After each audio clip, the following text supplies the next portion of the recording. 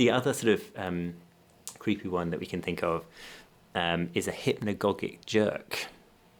Now I won't ask you if you know what that is. It's very sort of less known, but it's basically that feeling you might get that you're falling just before you're about to go to sleep, and you have this sort of sudden slump in your bed. Have you ever had that? Yeah. It's basically universal. So universal that there is a name for it, but very few people know what that name is. Again, it's a slightly weird, and it's all to do with, us progressing into a sort of semi-paralyzed state of sleep, but it's a bit creepy, it's a bit weird.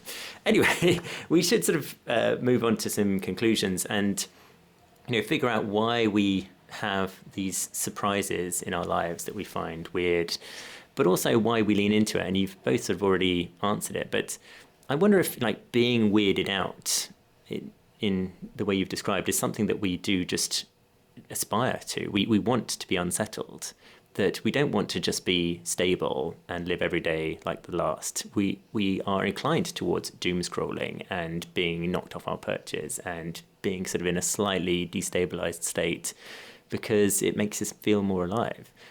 I don't know, am I sort of being wildly speculative there, Sienna? What do you reckon? I don't think you're being speculative. I think that is definitely probably the reason why we're inclined to all these things. Yeah, so kind of like a thrill-seeking life when we're kind of so stable and have so much sorted out for us, like our next meal, we can just pop into Tesco's. Well, those of us that are well off enough to do so. But yeah, I think these kind of like cheap thrills, like scrolling on TikTok, the next video, another dopamine boost. We're kind of searching for those little things, and something that's so accessible as just scrolling on TikTok for 30 minutes. There's no wonder that it could last over an hour.